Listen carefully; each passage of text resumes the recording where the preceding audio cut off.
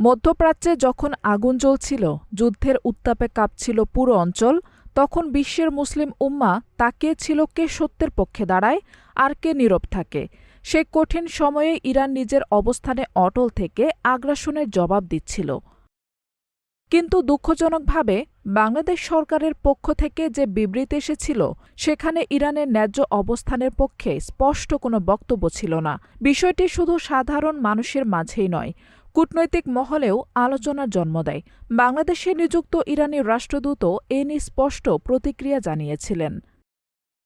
তিনি বলেছিলেন, যুদ্ধ একদিন শেষ হবে, তবে কোন দেশের নেতারা আমাদের সঙ্গে কেমন আচরণ করেছে তা ভবিষ্যতে অবশ্যই মনে রাখা হবে। বন্ধু রাষ্ট্র হিসেবে ইরান বাংলাদেশের কাছ থেকে আরও ইতিবাচক ও সহানুভূতিশীল অবস্থান প্রত্যাশা করেছিল। রাষ্ট্রদূত আরও বলেন, বাংলাদেশ থেকে এখন পর্যন্ত একমাত্র জামায়াতে ইসলামীর আমির ডাক্তার শফিকুর রহমানই তাকে ফোন করে সহানুভূতি প্রকাশ করেছেন এবং আমেরিকান হামলা নিন্দা জানিয়েছেন। এছাড়া আর কেউ এমন সহমর্মিতা দেখাননি বলেও তিনি উল্লেখ করেন। এই বক্তব্য শুধু একটি কূটনৈতিক প্রতিক্রিয়া নয়, বরং সময়ের এক গুরুত্বপূর্ণ বার্তা। কারণ সংকটের মুহূর্তে কে পাশে দাঁড়ায়, ইতিহাস সেটাই বেশি মনে রাখে। এই প্রেক্ষাপটে ডাক্তার শফিকুর রহমানের অবস্থান অনেকের কাছে তাৎপর্যপূর্ণ হয়ে ওঠে।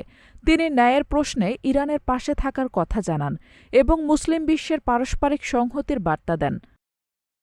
অনেকে মনে করেন, রাষ্ট্রীয় অবস্থান সবসময় জনগণের অনুভূতির প্রতিফলন নয়, কিন্তু জনগণের হৃদয়ে যখন অন্যায়ের বিরুদ্ধে প্রতিবাদ থাকে, তখন তা কোনো না কোনোভাবে প্রকাশ পায়। ডাক্তার শফিকুর রহমানের এই পদক্ষেপ অনেকের কাছে সে জনমতের প্রতিচ্ছবি হয়ে উঠেছে। বাংলাদেশ ও ইরানের সম্পর্ক শুধু কূটনৈতিক নয়, এটি হতে পারে পারস্পরিক সম্মান, অর্থনৈতিক সহযোগিতা, শিক্ষা সংস্কৃতি বিনিময় এবং মুসলিম বিশ্বের ঐক্যের এক নতুন অধ্যায়। আজকের বিশ্বে প্রয়োজন সাহসী নেতৃত্ব, ন্যায়ভিত্তিক অবস্থান এবং উম্মার স্বার্থে একসাথে দাঁড়ানোর মানসিকতা। আর এই সময়ের ঘটনাগুলো আবারও মনে করিয়ে দিল, সংকটে যে পাশে থাকে, ইতিহাস তাকেই স্মরণ করে। আঞ্জুম হক আরবি, টাইম নিউজ ডেস্ক।